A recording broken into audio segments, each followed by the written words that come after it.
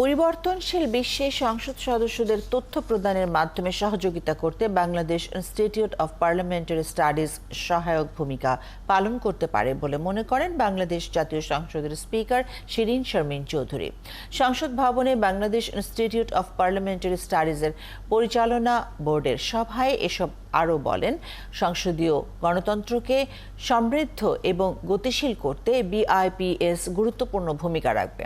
আর সে কারণে প্রধানমন্ত্রী শেখ হাসিনা ইনস্টিটিউটের কার্যক্রমকে চলমান রেখেছেন। সংসদ নিয়ে গবেষণা এবং সংসদীয় গণতন্ত্রকে শক্তিশালী করতে সংসদ সদস্যদের মধ্যে সহযোগিতা বৃদ্ধি করার জন্য এই ধরনের ইনস্টিটিউটের প্রয়োজন রয়েছে বলে জানান স্পিকার।